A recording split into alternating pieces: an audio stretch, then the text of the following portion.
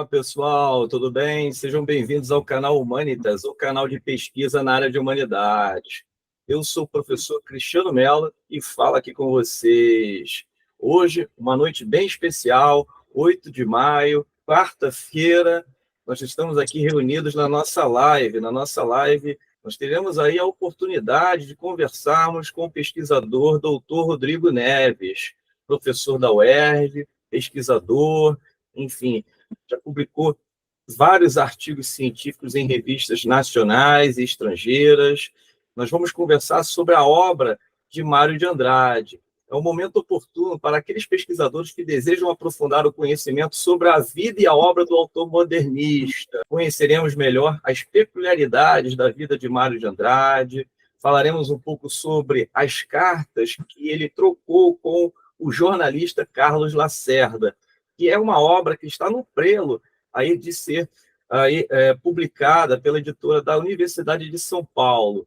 Cabe lembrar que o professor Rodrigo Neves é um professor de literatura brasileira, então conversaremos um pouco sobre a questão dos arquivos, a questão das cartas, a vida e a obra de Mário de Andrade, e um pouco da vida também do jornalista Carlos Lacerda. Antes de mais nada, eu gostaria de apresentar aqui o professor Rodrigo Neves. A live ficou intitulada como Caro Mário de Andrade, um abraço, a epistolografia de um correspondente quanto mais. Bom, eu também tive a oportunidade de visitar uma exposição no Centro Cultural dos Correios, no Rio de Janeiro, e observei que Mário de Andrade trocou mais de 10 mil cartas. Então, sem sombra de dúvida, vai ser uma conversa muito curiosa, muito interessante. Espero que todos possam participar. E comunico também que aqueles que desejam colaborar, ajudar financeiramente o canal conta com uma campanha do Apoia-se, que apoia o financiamento para que nós possamos continuar produzindo conteúdos relevantes acerca da pesquisa científica na área de humanidades. Eu vou deixar o link no decorrer aí da nossa live para que aqueles possam contribuir e, de certo modo, ajudar financeiramente o canal. E cabe lembrar que o conteúdo também será gravado. Então, se você não tem o momento agora de assistir o conteúdo, posteriormente nós vamos adicionar o conteúdo na playlist aí do canal Humanitas. Bom, se você não é inscrito no canal, aproveite para se inscrever e dar o seu joinha também no final do vídeo. Assim você demonstra que está gostando dos conteúdos aqui produzidos. Bom, antes de mais nada, então, apresentando aqui e falando sobre o currículo extenso do professor Rodrigo Jorge, ele é doutor em estudos de literatura pela Universidade Federal Fluminense. Foi pesquisador na Fundação Casa de Rui Barbosa e pesquisador visitante na Princeton University, nos Estados Unidos. Realizou pesquisas de pós-doutorado no Instituto de Estudos Brasileiros da Universidade de São Paulo, o IEB, na USP, na Universidade de Alcalá, na Espanha, e no Programa de Sociologia e Antropologia da Universidade Federal do Rio de Janeiro, PPGSA, UFRJ. Atuou como docente de literatura brasileira na Federal Fluminense, de literatura brasileira e história da arte na Federal do Rio de Janeiro, e atualmente ele leciona literatura brasileira na Universidade Estadual do Rio de Janeiro. Ele organizou os livros Contos e Novelas, de Júlia Lopes de Almeida, e A Escrava, de Maria Firmina dos Reis. Ele é autor da edição da correspondência de Mário de Andrade e Carlos Lacerda, sendo responsável pelo estabelecimento do texto, das notas, e também do dossiê e o ensaio que apresenta a própria obra. O livro será publicado, como eu acabei de dizer, pela editora da Universidade de São Paulo. Quem deseja seguir o professor Rodrigo no Instagram é Rodrigo RJRN. E aproveite também para seguir o meu Instagram profissional, professor Cristiano Melo de Oliveira.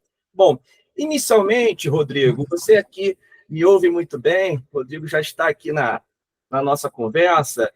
Poderíamos falar um pouco sobre a sua trajetória como pesquisador. Afinal de contas, você se dedicou muito aos estudos da literatura brasileira. Você poderia comentar como foi o seu percurso, né, a rotina de leituras e estudos nos prestigiados centros de pesquisa, na Casa Rui Barbosa, que fica em Botafogo, na São Clemente, né, e o Instituto de Estudos Brasileiros, que fica na USP. Foi aí criado por Sérgio Buarque de Holanda, o nosso famoso historiador, né? Uhum. Na sequência, você poderia também comentar sobre como surgiu o seu interesse em desenvolver o seu recente estudo sobre a epistolografia de Mário de Andrade. Alguns dados serão relevantes para que o público maior, o público ouvinte, o público que também não possui a especialidade sobre o assunto, possa compreender melhor de forma contextual o seu interesse pela investigação acerca do escritor modernista. Passo a palavra, fique à vontade, Rodrigo. Valeu, Cristiano. É um prazer estar aqui no canal que eu venho acompanhando já há um tempo, né? O Cristiano sempre nos brindando com temas instigantes, né? Da literatura, da cultura, né? De um modo geral, né? E vem sendo, né? Um espaço, o canal Humanitas vem sendo um espaço não só de difusão dos trabalhos dos colegas, né? Dos nossos pares, né? Que eles vêm desenvolvendo, mas vem se tornando também, de uma certa maneira, um importante espaço de reflexão crítica, né? E de troca, né? Porque essa troca, né? Ela não é só, né, um modo de difundir, divulgar o nosso trabalho, mas é uma maneira também de a gente desenvolver, né, determinados aspectos do nosso próprio trabalho. Então, queria te agradecer, né, e parabenizar pelo teu excelente trabalho por meio do canal Humanitas.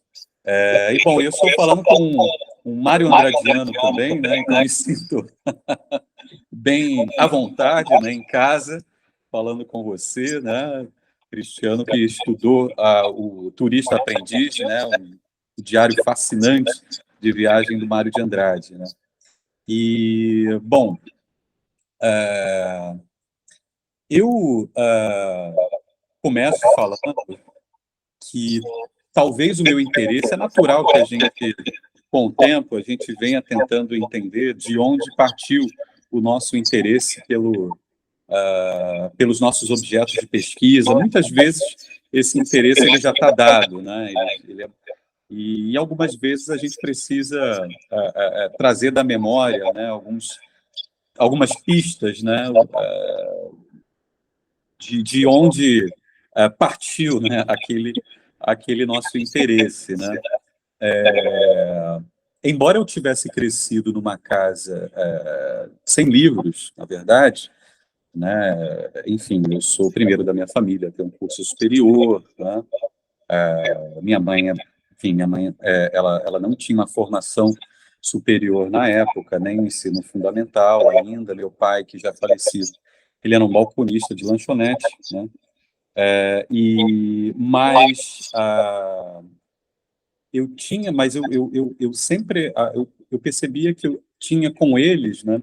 Eu compartilhava com eles, né?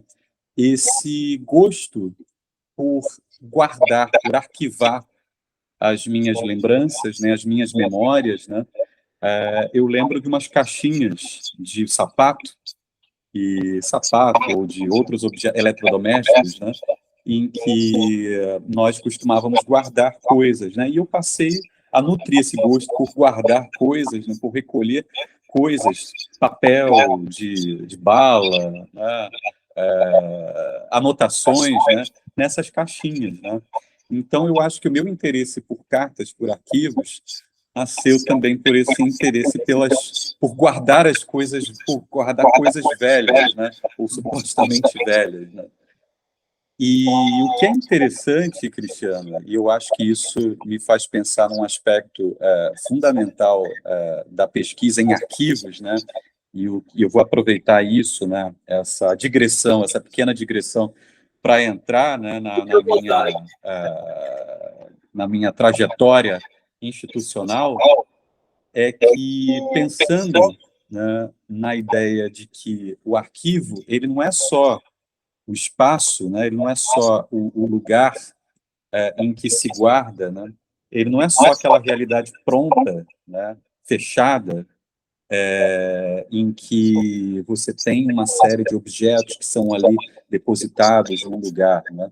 O arquivo, isso eu estou pensando um grande estudioso do arquivo, que é o Reinaldo Marx, professor da UFMG, né? Um nome incontornável dos estudos de arquivo no Brasil.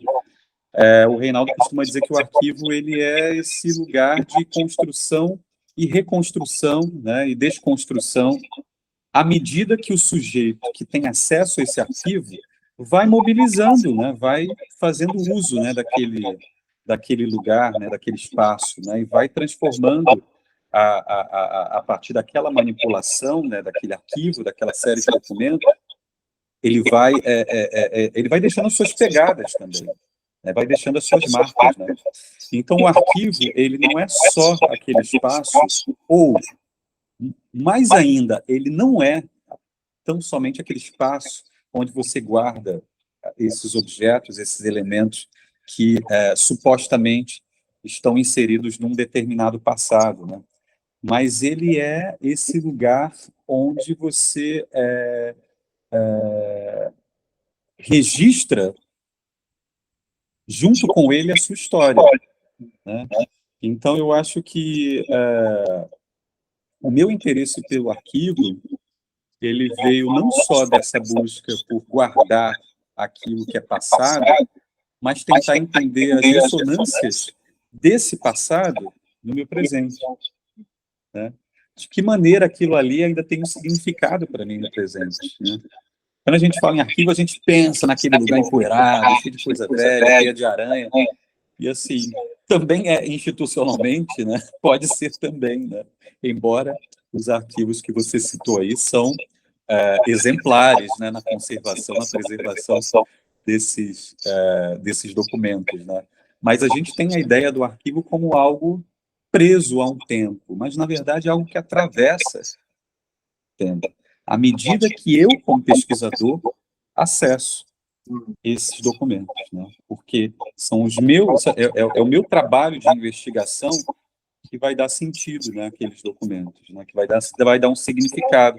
Aí eu vou reconstituí-los, vou inseri-los dentro de uma narrativa, né, que é a narrativa do pesquisador, né?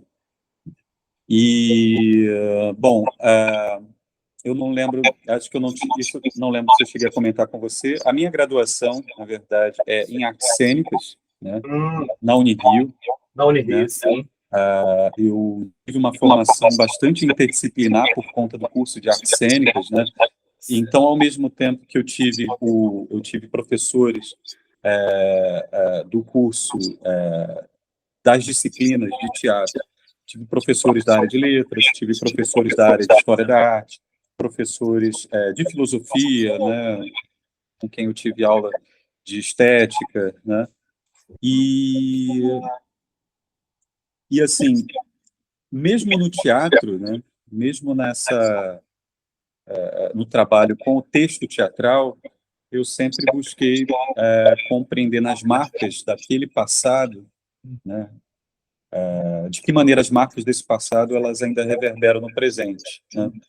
Então, numa disciplina da Unirio, eu tive um contato com uma peça sobre a Inquisição, né, em que o dramaturgo que montou aquela peça pegou documentos da Inquisição e transformou em dramaturgia. E eu achei aquilo ali fabuloso. Eu falei assim, caramba, como é que um documento, assim, que é um processo inquisitorial, que é um negócio, assim, lá do século XVII, né, uma linguagem muito dura, né,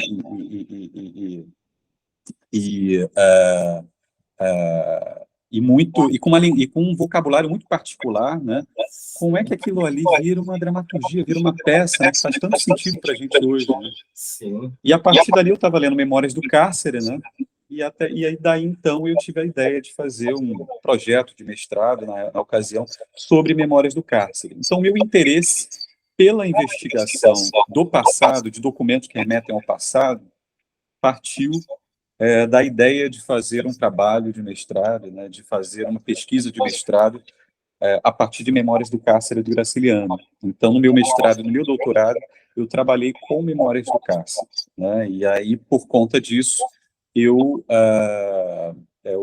me dediquei aos estudos sobre as escritas de Si, né, então, li muita coisa sobre autobiografia, né, sobre memórias, sobre diário íntimo e cartas também, né?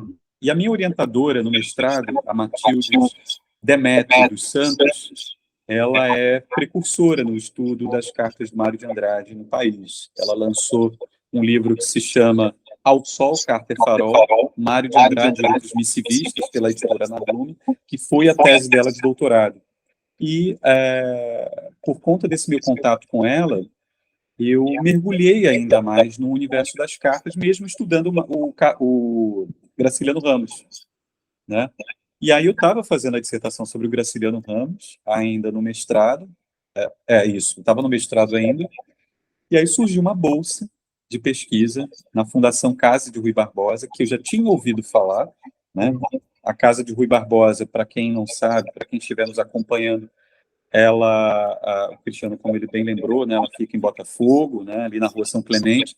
Ela é um dos principais centros de pesquisa nas humanidades, de vários campos, né, das humanidades. Sim. É um dos mais prestigiados centros de pesquisa, não só no Brasil, né, mas tem de renome internacional, sem dúvida nenhuma, né? E você tem pesquisas na área da ciência política, né, de políticas culturais, de direito, e também tem pesquisas na área de literatura. E aí, na ocasião, teve um edital em que eles estavam precisando de um pesquisador para desenvolver o projeto de edição das cartas do Mário de Andrade com o Pedro Nava, né?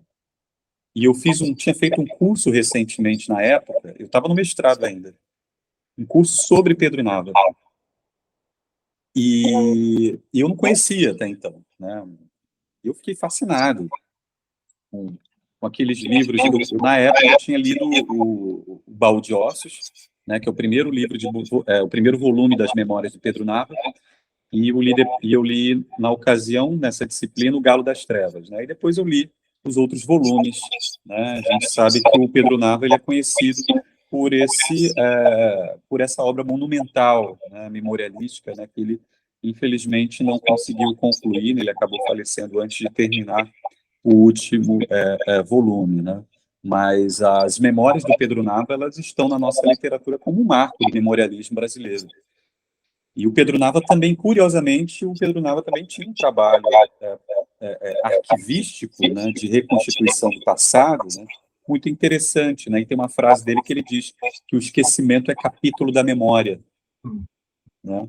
Ou seja, sem esquecer o esquecimento, ele é parte integrante da memória. É por meio do esquecimento que você pensa, que você reconstitui esses elementos que estão no passado. Então, só que eu peguei o Pedro Nava, que tinha se correspondido com o Mário de Andrade, que é o Pedro Nava dos anos 20 a 44, 45. O Mário morre em 45, né? Em 45. É isso. E então ele se corresponde com o Mário até 45. E o Pedro Nava, ele era, na época, um jovem médico, né? Tinha se formado na Federal de Minas Gerais, na UFMG, né? Como médico. Ele estava atuando como recém-formado em Juiz de Fora, né? Que é a terra natal dele, né? E ele, naquela ocasião, ele era muito interessado em poesia e em desenho. Ele era um grande desenhista, um grande ilustrador, né? E o Mário de Andrade vê ali um grande potencial no Pedro Nava e começa a se corresponder com ele, né? Que ele tinha conhecido o Pedro Nava naquela viagem conhecida como a Caravana Paulista, em 1924, que esse ano completamos 100 anos Certo. da Caravana. Eu pensei que ele chegou a conhecer na época que Mário trabalhou no IFAM, né, no antigo, que ele ajudou a fundar. Que ele ajudou a fundar. Na época do governo Gustavo Capanema, né? Porque ele parece que ele cria, né, um estatuto direcionado a trabalhar com essa parte do monumental histórico brasileiro. Mas não foi bem por aí, então foi antes. Foi antes. Antes até, foi justamente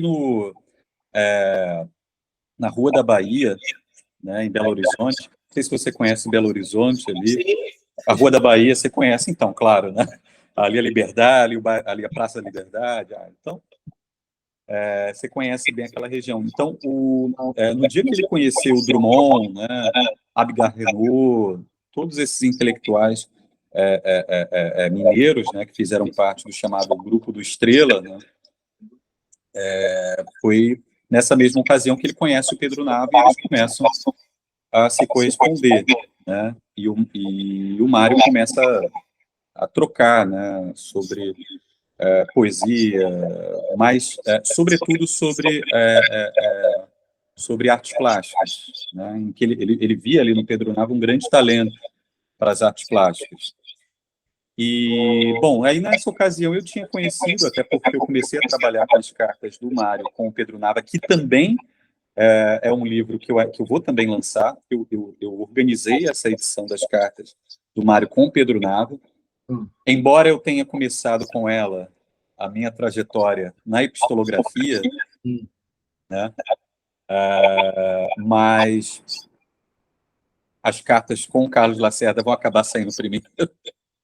Mas eu pretendo, tão logo saiam as cartas com o Lacerda, lançar também logo as cartas do Mário com Pedro Nava, né? Eu preciso só arrematar algumas questões, né?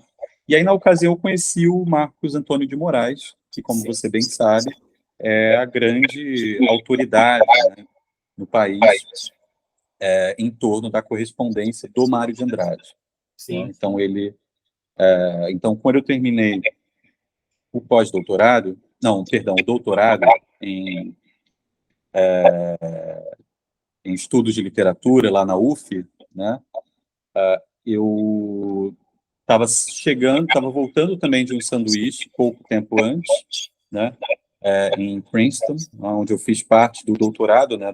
Fiz o doutorado de sanduíche lá, com a orientação do Pedro Mira Monteiro, né? Que é um nome também incontornável nos estudos de literatura e cultura brasileira. E aí, na época, eu me correspondi com o Marcos Antônio de Moraes e vi a possibilidade de fazer um pós-doc com ele no IEB. Né? Sim. E aí foi então que surgiu, que ele apresentou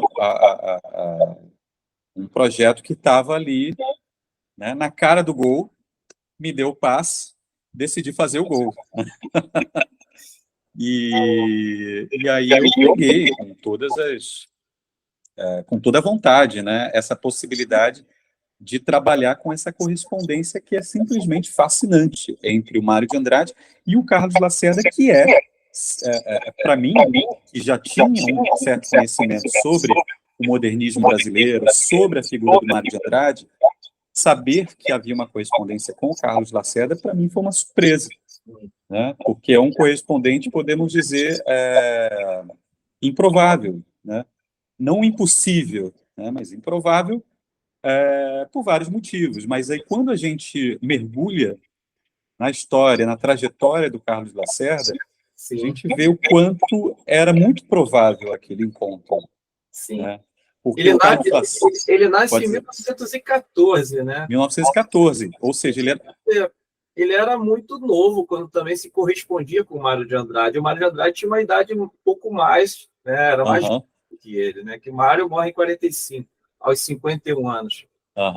Quer dizer, essa correspondência deve ter sido sempre muito curiosa, né? Não, é simplesmente fascinante, porque você vê, era um garoto, eles começam a se corresponder em 33, né?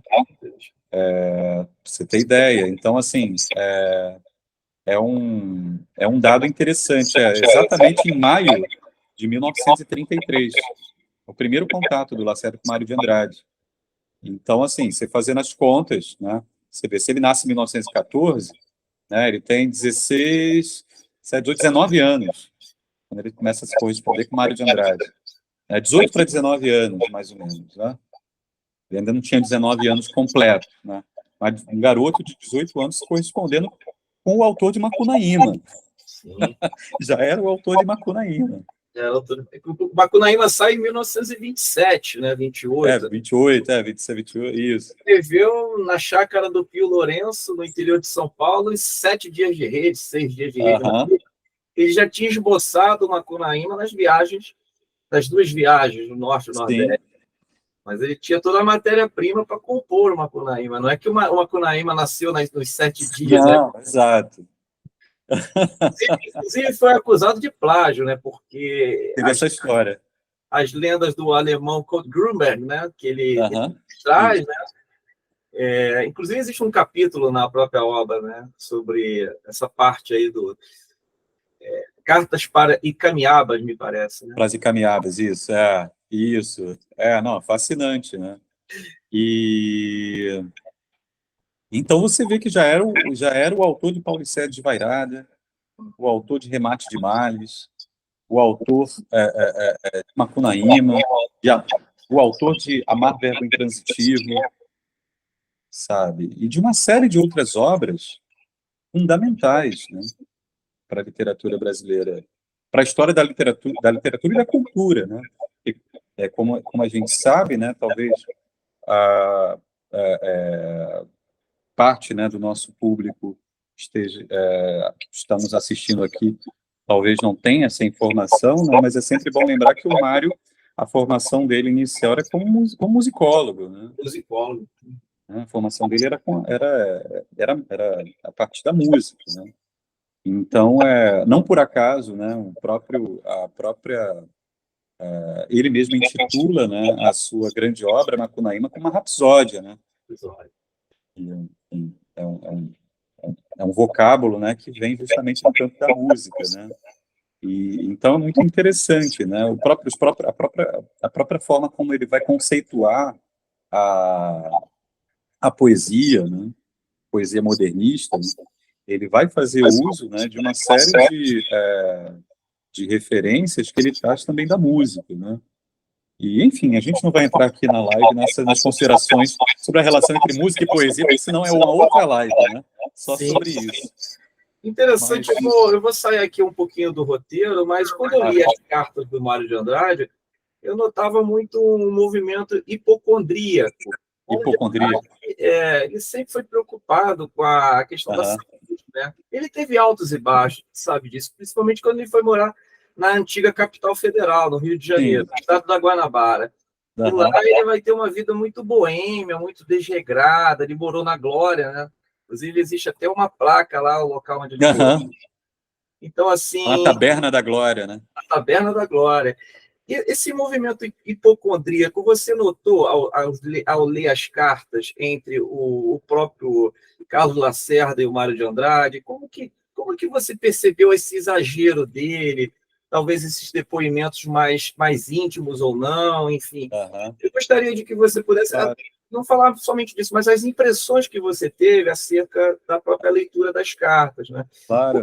O que revela, né? Porque, de certo modo, você, durante o seu relatório de pós-doutorado, possivelmente você traga algo muito pioneiro, Claro. porque são cartas inéditas que, de certo modo, serão publicadas daqui a um tempinho, né?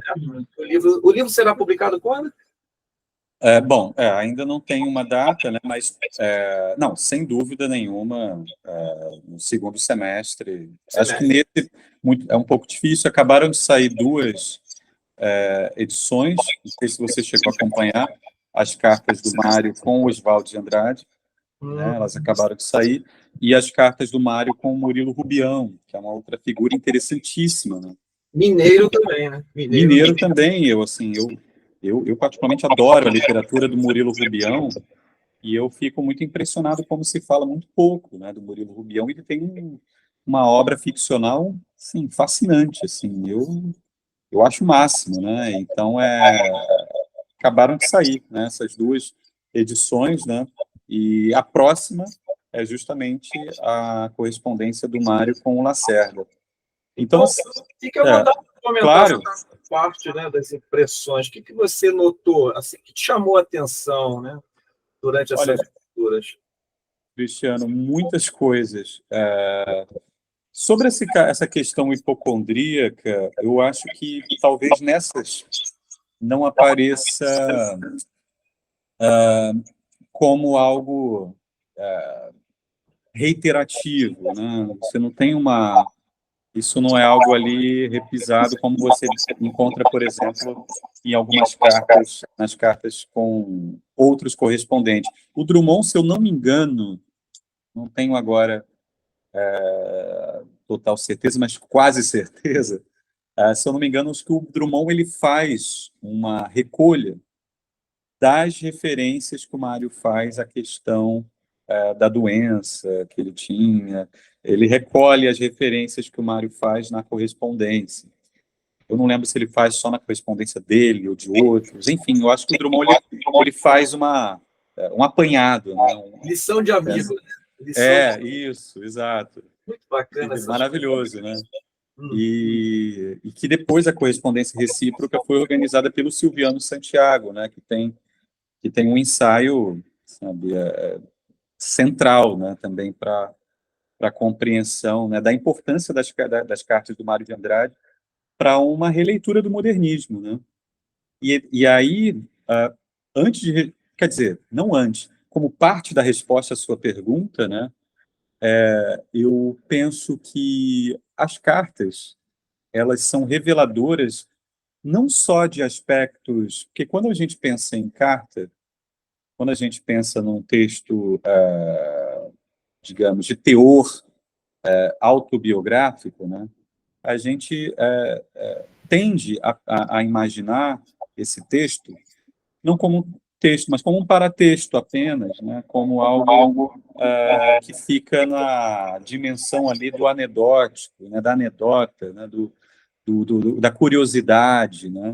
Quando, na verdade, a carta é muito mais do que isso, né? Ela pode servir, né? O Marcos Antônio de Moraes, ele tem um texto muito interessante que ele fala sobre os três vieses interpretativos da carta. Ele fala que ela pode servir de testemunho para você criar, né, um perfil biográfico de um sujeito. Ela pode servir como um modo de reconstituir a vida literária e cultural de um período, mas como ela pode servir também de arquivo da criação literária, né? E a carta também pode servir como texto literário. A carta tem, né, a depender da carta, tem um valor, tem uma fatura, né, literária ali, que você pode também identificar, que você pode também, a partir daquilo ali, trabalhar, né? De que maneira que aquilo ali se relaciona com a obra e de que maneira aqueles aspectos esclarecem aspectos da obra, do projeto literário do autor, né? E é muito interessante como, entrando no estudo das cartas do Mário de Andrade, você percebe duas coisas, Cristiano. A primeira é que o modernismo brasileiro, ou os modernismos brasileiros, não seriam os mesmos sem as cartas de Mário de Andrade. Não seriam. Portanto, assim, eu afirmo, e não só sou eu que afirmo, todo estudioso de cartas de Mário de Andrade pode afirmar isso que eu estou dizendo, e eu digo categoricamente. O modernismo brasileiro, os modernismos não seriam os mesmos sem as cartas de Mário de Andrade. As cartas de Mário de Andrade têm um papel fundamental no modo como o próprio, tanto no que o modernismo tem de conquista, né, em termos estéticos, sociais e políticos, né, quanto em termos de fracasso também, né, tanto quanto em termos de, de, de, de dissensões, né, entre um projeto que existia de país e um país que, de fato, né, se mostrava possível, né? Então, e o fracasso se dá pelo segundo aspecto que eu vou apontar aqui, que é o seguinte: Mário de Andrade, isso fica mais evidente quando você desbrava as cartas dele, não tinha só um projeto literário, ele tinha um projeto cultural. cultural. E aqui eu faço referência, e aproveito até para indicar na live, aqui eu faço referência a um importantíssimo estudo que foi lançado em 2022, de dois sociólogos, do André Botelho e do Maurício Reus, né? O André Botelho, professor de Sociologia da Universidade Federal do Rio de Janeiro, e o Maurício Reus, professor de Sociologia da Universidade Federal da Universidade Federal Rural do Rio de Janeiro. Eles lançaram um livro em 2022 chamado O Modernismo como Movimento Cultural, Mário de Andrade, um aprendizado, né? Então, eles vão defender que o modernismo, né, os pressupostos programáticos defendidos por Mário de Andrade, visavam a um projeto de mudança da sociedade por meio da cultura. Portanto, o projeto do Mário de Andrade fracassou em certa medida. Por quê? Porque o projeto do Mário de Andrade, ele era um projeto que só é possível numa sociedade democrática. Uhum. Né? E naquele momento, né, principalmente você citou os fãs, né, temos também o caso exemplar do Departamento de Cultura de São Paulo, né, o Ele atual ele secretário. trabalhou, mas depois foi demitido, né? Isso. Na E época do aham, prefeito Duarte, né? Se eu não me engano. Fábio, aham, Fábio Duarte, me é, parece, né? isso. Fábio Duarte, né? Paulo Duarte, Paulo Paulo Duarte. Duarte, é. Isso, Eu Paulo li, eu Duarte. li, eu li esse livro. Esse livro é Aham, muito interessante também. não é? Muito, Não, muito. é fabuloso, maravilhoso. E assim, então você vê o quanto nas cartas do Mário de Andrade, você vê um esforço não só de criar uma literatura, né, que contemple a diversidade da formação da sociedade brasileira, a diversidade cultural brasileira, mas você vê também um sujeito ali em constante conflito com as questões políticas que estão atravessando isso tudo também, né? Nas cartas, por exemplo, do Mário com Pedro Nava, você tem ali o Mário com um jovem também em formação, mas você vê um diálogo ali, talvez muito mais de formação, de influência. Ele apresenta para o Pedro Nava, olha, vê esse autor aqui. A semelhança que me parece é com o Fernando Sabino, porque ele também atingiu Isso. a questão da formação do escritor Fernando Sabino. Fernando Aham, Sabino, ele enviava os originais, né, ao Mário, me parece, e o Mário dava sim. conselhos a ele a se tornar Aham, um grande escritor mineiro, né? sim. Enquanto nas cartas com o Carlos Lacerda, a coisa muda de figura. A coisa muda de figura. Eu não estou dizendo com isso que não houve uma influência do Mário de Andrade na formação do Carlos Lacerda. Até porque, quando a gente fala em carta, na escrita epistolar, a escrita epistolar, pela sua própria natureza, né, e o Foucault vai falar disso naquele ensaio emblemático, né, sobre a correspondência, sobre a escrita de si, né, você tem uma construção da subjetividade que se abre para o outro. Né? É por meio da abertura ao outro, eu estou escrevendo uma carta para você. Eu estou pensando nas questões que eu estou levantando nessa carta, pensando no meu destinatário, mas desenvolvendo uma determinada subjetividade. A minha subjetividade, ou seja, aprimorando aspectos da minha subjetividade, mas a partir da minha relação com você, a partir. Então é um eu que se revela para um outro, né? Então, o Carlos Lacerda, a gente não pode esquecer que assim, ele era também um jovem, tinha 18 para 19 anos, mas ele não era um jovem qualquer. Não que os outros sejam, não é isso. Ele era filho do Maurício de Lacerda, que é uma figura histórica Sim. no, enfim, Inclusive, na história da. o próprio nome dele, né, teve origem Karl Marx e Friedrich Engels, né? Bem lembrado. O pai era um ativista, né? Uhum. Afiliado, me parece, ao Partido Comunista de época, defendia as causas proletárias, né? Ligado aos anarquistas, aos comunistas. Uhum. Enfim. E daí Uhum. ele se converte no segundo governo Vargas, né? Me parece. Sim. No primeiro Uhum. governo Vargas, ele é aquele comunista de carteirinha, mas no segundo, me parece que ele, Carlos né? Lacerda. Ele ganha uma estatura conservadora, né? Aham.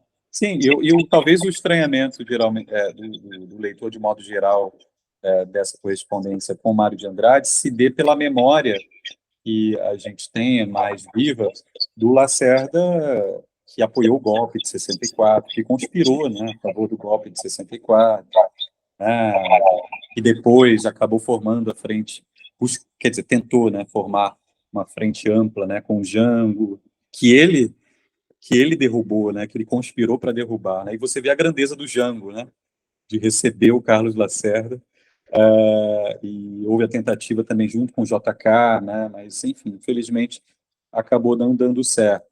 Mas o Lacerda, nesse momento, nesse primeiro momento, ele já tinha essa formação. E tem um outro dado, Cristiano, ele com 16 anos, eu acho que com 15, 16 anos, ele é iniciado no jornalismo, sendo tendo como pelas mãos de ninguém menos que Cecília Meirelles. Pouca gente lembra disso. Cecília Meirelles já era uma grande poeta, uma grande jornalista, e a gente sabe do papel dela fundamental, né, na nossa literatura e na cultura brasileira, e uma grande defensora pela causa da educação, né? E a Cecília, ela via um potencial muito grande no Carlos Lacerda e ela e o Carlos Lacerda ele começa a colaborar na coluna que a Cecília escrevia sobre educação. Então ele tem ali na coluna da Cecília e pelas mãos da Cecília, né, os seus primeiros passos, né, como jornalista. Então, mas ele já tinha uma formação, né, ele já tinha uma, digamos, uma grande inteligência, né? E ele, o que acontece? Ele começa a se corresponder com Mário de Andrade, como eu disse, em 1933, quando ele era da Casa do Estudante do Brasil. E aí eu vou entrar num ponto e responder parte da sua pergunta que você lançou, que é um aspecto que me chama muito a atenção nessa correspondência em particular, que eu acho que é algo muito pouco discutido nos estudos sobre modernismo no Brasil, que é o papel dos estudantes e das entidades estudantis no modernismo brasileiro, né? Fala-se muito pouco da relação que determinados órgãos e entidades estudantis tiveram, a relação que eles tiveram com o próprio movimento modernista, né? E a Casa do Estudante do Brasil é emblemática desse sentido, né? Não podemos esquecer que a famosa Conferência do Mário de Andrade, em 1942, né, embora tendo sido realizada, né, no então Ministério das Relações Exteriores, no Itamaraty, quando era, né, quando o Rio de Janeiro era a capital federal, ele, antes disso, né, e a Casa do Estudante havia convidado o Mário de Andrade para essa conferência, né, ele recebeu o convite da Ana Amélia Carneiro, que era a presidente, né, da Casa do Estudante do Brasil, Ana Amélia Carneiro, mãe da Bárbara Heliodora, né, grande crítica teatral, né, do teatro brasileiro. E só que a relação do Mário de Andrade com a Casa do Estudante do Brasil já vem desde os anos 30, quando o Carlos Lacerda manda, em maio de 1933, um pedido para que o Mário de Andrade respondesse uma enquete, ou melhor, um inquérito, que eles chamavam na época, de quais seriam os 20 livros fundamentais, os 20 livros brasileiros fundamentais, que esse inquérito seria publicado na revista Rumo, que o Lacerda estava editando como estudante. Interessante. Então, e foi engraçado que o Mário ele responde esse inquérito, e aí o Lacerda responde de volta: poxa, você não incluiu Macunaíma? Né? Tipo, aí o Lacerda, olha, vai ficar sendo 21, porque eu acho que Macunaíma é um livro fundamental, um livro brasileiro fundamental, né? Sim. E, ou seja, era uma revista estudantil, sabe? Olha E só. nesses primeiros contatos, né, o Carlos Lacerda começa a trazer os temas ligados à política para a conversa com o Mário de Andrade, sendo que tem uma questão também que revela uma dificuldade que eu tive como pesquisador. São 44 cartas no total, Cristiano, conjunto dessa epistolografia. 44 cartas. 44 cartas. Não são muitas, né? Mas, enfim. Sendo que são 35 cartas do Carlos Lacerda e 9 do Mário. Certo. Você vê aí uma diferença enorme entre uma quantidade e outra. Na correspondência que a gente tem até então reunida do Mário de Andrade, não é muito comum essa disparidade, Sim. né, esse desequilíbrio. Sim. Todas as cartas que eu tenho, que eu consegui localizar do Mário de Andrade pro Lacerda, são dos anos 40. Sim. E o que aconteceu com as cartas dos anos 30? O Lacerda, ele revela isso num livro de memórias, né, que boa parte dessas cartas ele tinha perdido numa das perseguições policiais que ele tinha sofrido. que o Carlos Lacerda, quando ele era vinculado à esquerda, ele era um ativista de esquerda, que ele não chegou a ser filiado ao Partido Comunista, mas ele era muito ligado aos comunistas. Sim. Ele nunca se filiou, mas ele tinha muita proximidade. E ele participou de uma série, né, de eventos, como, por exemplo, o comício, né, o Comitê contra a Guerra, né, o Comitê contra a Guerra e o Fascismo, né, o chamado Comitê Antiguerreiro, né, nos anos 30 ainda, né, em que ele vai fazer a leitura de um texto no lugar de ninguém menos que Luiz Carlos Prestes. Olha só. Foi um evento organizado, né, pela ANL, né, Aliança Nacional Libertadora, né, e ele lê esse documento, né, no lugar do Luiz Carlos Prestes, né. Não lembro agora, eu tenho aqui a data, foi no dia 5 de julho de 1935, né, no Estádio Brasil, no centro do Rio de Janeiro, né, como eu disse, um evento da ANL, né, e em comemoração ao primeiro levante tenentista. Olha só. E aí o Carlos Lacerda leu esse manifesto, esse texto, que deveria ter sido lido pelo Prestes, né, e ele leu no lugar do Prestes em 35. Olha. E era um garoto ainda, né? Sim. Ele tinha na 35, ele já estava com 20, 21, por aí, né? Então, o tema da política atravessa grande parte da correspondência. E aí, como o Lacerda ele sofreu essa perseguição nos anos... Uma dessas várias perseguições políticas nos anos 30, numa dessas perseguições, a polícia ela queimou os documentos do Lacerda, e dentre esses documentos estavam cartas do Mário de Andrade. Então, é muito interessante, Cristiano, porque se, por um lado, essa ausência, esse extravio, ele frustra o pesquisador, nos causa um sentimento de frustração. Por outro, é interessante porque essa ausência, ela é reveladora também de um perfil que está ali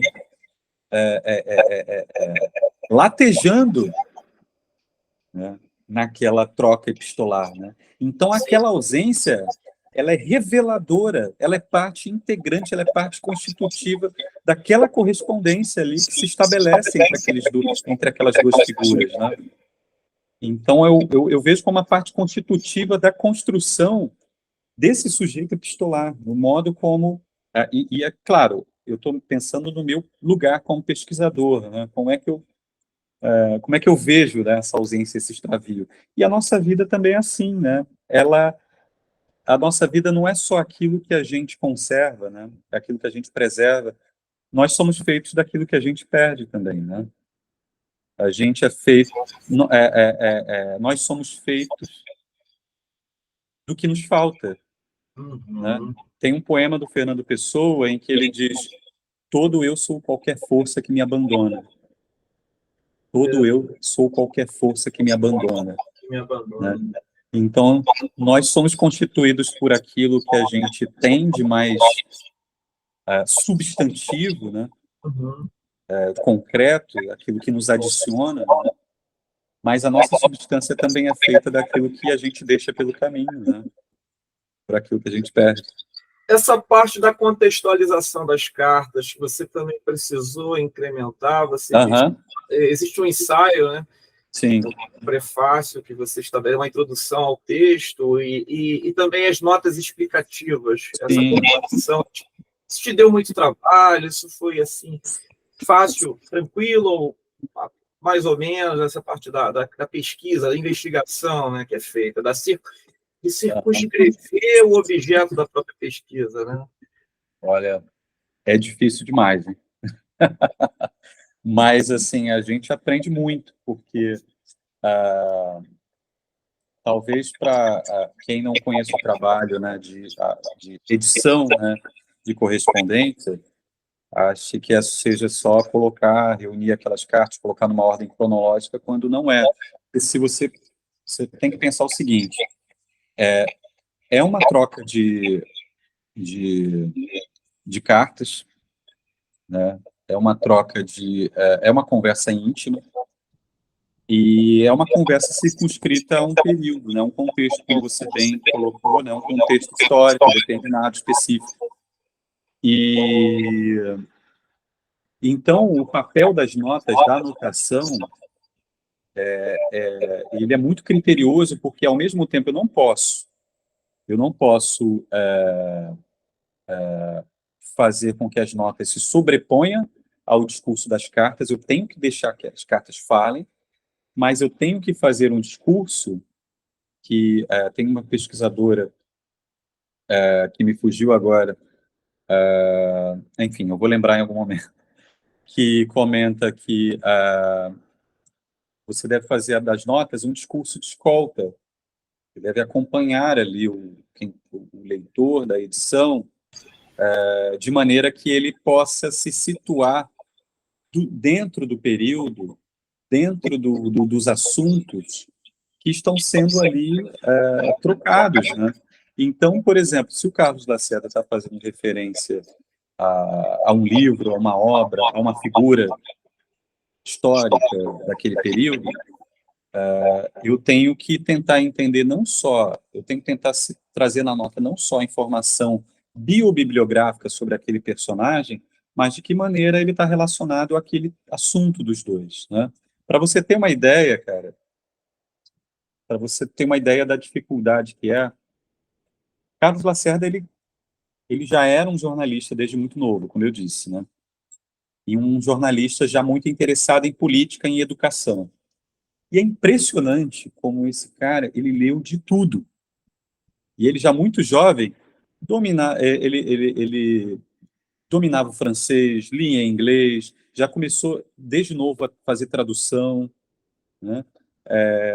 Muito posteriormente, né, tem uma tradução que é muito famosa dele, do Júlio César, da peça Shakespeare, né? Ele era apaixonado por teatro. Aliás, nas cartas também, as cartas também falam do Carlos Lacerda como dramaturgo. Ele escreve uma peça chamada O Rio, né, em que ele pega como personagens figuras ribeirinhos da região, né, do Vale do Paraíba, né, próximo. E o Carlos Lacerda, ele nascido em Vassouras, né?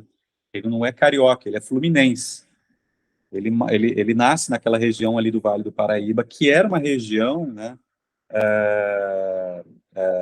que era uma região do café, né, de fazendas de café, portanto, uma região marcada também pela escravidão, Sim. uma presença de escravizados muito grande, né? Então, e o primeiro livro escrito pelo Lacerda, aliás, é um livro que se chama O Quilombo do Manuel Congo. Primeiro livro do Lacerda. Ele escreve que foi publicado em 33 ou 34. Né? Então, assim, você tem o Lacerda diante de uma série de eventos que estão acontecendo ali e também diante de uma série de leituras que ele está fazendo. Tem uma carta dele longa para o Mário de Andrade, em que ele está falando do primeiro congresso de escritores soviéticos que estava acontecendo lá em Moscou, lá nos anos 30, e o Carlos Lacerda, meu amigo, ele faz uma defesa entusiasmada da União Soviética, né, nessa carta. E é muito interessante você ver o Carlos Lacerda trazendo aquelas referências, né, aquelas figuras, dentro do contexto desse congresso, para defender uma atuação do escritor, uma atuação política do escritor de forma mais contundente, coisa que o Mário de Andrade, ali nos anos 30, buscava evitar. Né? E o Mário de Andrade nunca escondeu, né, esse conflito, né, entre um pendor mais individualista, ou talvez de preservação de uma individualidade, e, ao mesmo tempo, um engajamento, né, uma preocupação com as questões sociais. Então, para você ter ideia, tem informações que, às vezes, o Lacerda traz que eu só fui encontrar, por exemplo, numa delas, ele faz referência a uma conferência, a uma fala do Malraux, né? Aquele escritor francês, o André Malraux, o autor da Condição Humana, né? Então, ele cita uma frase do Malraux que eu não achei em lugar nenhum, nem em obra nenhuma, eu só fui localizar num jornal chamado Diário de Moscou, que era, na verdade, esse Diário de Moscou era uma publicação da União Soviética que circulava na França, mas eu só localizei isso na Biblioteca do Congresso Americano, as Olha só. edições desse jornal. E aí eu só achei na Biblioteca do Congresso Americano. Sim. E uma outra referência que ele traz, que eu só localizei no Pravda, que é o órgão oficial ali da União Soviética, né, que era o jornal russo ali, sabe, da União Soviética. Também eu só localizei ali na Biblioteca do Congresso Americano. Então, ou, por exemplo, quando ele tem uma carta que o Mário de Andrade, ele se mostra muito ofendido, muito magoado com uma crítica que o Lacerda escreveu, e aí eu tenho que situar o leitor, dizer a qual crítica ele está se referindo, dizer onde ela saiu, mas aí na crítica que o Lacerda faz, eu tenho uma informação ali que eu preciso também situar o leitor. Porque o Lacerda, na crítica que ele escreveu na revista acadêmica sobre a poesia do Mário de Andrade, o Carlos Lacerda estava dizendo que ele, isso na crítica, que ele tinha sintonizado na BBC e ele tinha escutado um programa, estava escutando num programa alguém lendo poemas do Mário de Andrade. E ele abriu o livro de poesias do Mário de Andrade e começou a acompanhar os poemas. E ele começou a dizer, nossa, mas não era aquilo que eu queria escutar da BBC, eu queria saber do nazismo, eu queria saber o que estava acontecendo, sabe? Não era poesia que eu queria escutar o que estava acontecendo politicamente. E aí ele começa, a partir disso, né, discutir o lugar da poesia do Mário de Andrade dentro do contexto político, né, internacional. E aí eu entrei em contato com o arquivo da BBC, lá em Londres, e eu localizei o script desse programa em que foram lidos poemas de Mário de Andrade. Então, Olha foi um só. programa de uma jornalista conhecida como Patrícia Ocampo, né, que é o pseudônimo de Isabel Prada, em que ela leu poemas do Mário de Andrade e de Gonçalves Dias nesse dia, né? Então, eu tive acesso ao script desse programa, né, por meio desse arquivo que a BBC tinha mantido do serviço, acho que era Brazilian Service, alguma coisa assim, não lembro agora o nome acho que era isso. Então era uma seção, né, um setor ali da BBC que transmitia, né, para o Brasil, né, notícias da Inglaterra, né, da Europa, né, de um modo geral. Então, assim, eu só estou dando alguns exemplos, porque eu posso Sim, trazer inumeráveis, assim. miseráveis exemplos que, de certo modo, iluminam, né, esse perfil biográfico do Carlos Lacerda. Uhum. Muito bacana. Rodrigo, uma verdadeira aula sobre Imagina. epistemologia, sobre arquivos. Eu gostaria de indicar uma referência importante, você deve ter lido, que é O Sabor Sim. do Arquivo, A Sabor do Sim. Arquivo, da Leste, Uhum. né? Um livro. Maravilhoso. Eu trabalhei também com o arquivo do Lima Barreto, né, da Biblioteca Nacional. Sério? Muito bacana também ter explorado um pouco do arquivo. Foi em Uhum. 2012 que eu realizei a pesquisa. E eu creio que os ouvintes aqui devem estar realmente assim ansiosos, né, para ler o livro, né, essa troca de correspondências que, de certo modo, vai iluminar os caminhos do modernismo brasileiro, Uhum. inclusive a parte da percepção, né, dessa percepção e dessas ressonâncias que, de certo modo, provocam, né, essa discussão calorosa que o Mário de Andrade estabeleceu com vários intelectuais. Cabe lembrar que o Mário de Andrade escreveu mais de 10 mil cartas, Sim, exato. muita coisa, muita correspondência. Não, eu queria fazer só mais um adendo. Fica à vontade. Não, só um comentário que eu esqueci de fazer. Está para sair pela Companhia das Letras uma nova biografia do Carlos Lacerda, escrita pelo Mário Magalhães, o autor de Marighella, da biografia do Marighella. Né? E assim, o Mário Magalhães está fazendo uma pesquisa fundamental. Vai sair em 2 volumes. O primeiro volume provavelmente vai sair no próximo ano. Então, queria deixar já a dica para os ouvintes acompanharem o trabalho do Mário Magalhães, se tiverem interesse, né, na figura do Lacerda. Mário Magalhães é certamente um dos biógrafos mais talentosos e importantes do nosso tempo. Está no mudo, Cristiano. Um dos ouvintes aqui estabeleceu uma pergunta, mas deixamos para que a versão gravada a gente possa responder. Talvez seja a sua aluna, a Caia. Bom, enfim, ela afirma que: oi, professor. Aqui todos são 6 participantes aqui ao vivo. Mas depois que a versão gravada for editada, colocada a vinheta, enfim, as legendas, eu creio que o material vai ter aí suficiente, uma audiência suficiente para alavancar, né, novas questões, novos desdobramentos. Sim. Rodrigo, você gostaria de comentar algo que a gente aqui não conversou para nós finalizarmos aqui a nossa conversa? Fique à vontade também, possa falar aí, fique à vontade.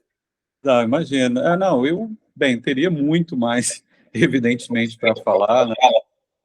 Como eu disse, eu indico o trabalho que o Mário Magalhães ainda vai publicar, né, na verdade, mas eu gostaria de reforçar, em torno dos estudos sobre o modernismo, eu gostaria de reforçar a indicação do livro do André Botelho e do Maurício Reus, né, o Modernismo como Movimento Cultural, e o livro do Marcos Antônio de Moraes, O Orgulho de Jamais Aconselhar, a Epistolografia de Mário de Andrade. Como eu disse, o Marcos Antônio de Moraes é uma autoridade, né, no estudo de cartas, e em especial as cartas do Mário de Andrade, né, no país, e tem um artigo dele, para quem quiser talvez entrar de um modo mais introdutório, né, no estudo da epistolografia, da importância do estudo da epistolografia para a literatura. Tem um artigo dele que se chama Epistolografia e Crítica Genética. É bem fácil localizar na internet, né? Se você digitar Epistolografia e Crítica Genética, Marcos Antônio de Moraes, você vai achar. Então, ele traz ali os vieses interpretativos, né, para o estudo das cartas, né, e a importância que elas têm para o campo da crítica genética, que estuda os bastidores, né, da criação literária. Muito interessante a nossa conversa. Eu creio que vai dar pano para a manga aí para as pessoas, né, os pesquisadores continuarem aí as lacunas que restam aí serem resolvidas, né? Que toda pesquisa científica deixa lacunas. Cabe lembrar que nem todo pesquisador consegue resolver um problema assim muito desafiador como foi o seu estudo que você fez, né, no pós-doutorado. Rodrigo, ficamos aí com uma troca de ideias numa mesa de bar. Sem dúvida. Pode ser ali no Largo do Machado, pode ser nas Laranjeiras. Vila Isabel também. Na Vila Isabel, na terra de Noel Rosa, né? Na terra de Noel Rosa. Enfim, vou deixar aqui para que as pessoas também possam assistirem, né? O conteúdo posteriormente, como eu disse, vai ser editado. E também, aqueles que não são inscritos no canal, aproveitem para fazer a inscrição e aproveitem também para dar uma curtida, porque ajuda o canal a crescer, ajuda também que o algoritmo do próprio YouTube possa divulgar e possa compartilhar e possa recomendar o conteúdo do canal Humanitas. Mais uma vez, Rodrigo, encerramos por aqui. Eu vou agradecer, mas se quiser ficar aqui, eu vou só interromper aqui claro. gravação, a gente pode depois nos bastidores. Um grande abraço, uma boa noite a todos. O canal Humanitas agradece a sua audiência e até logo, pessoal. Até logo. Obrigado, gente. Obrigado.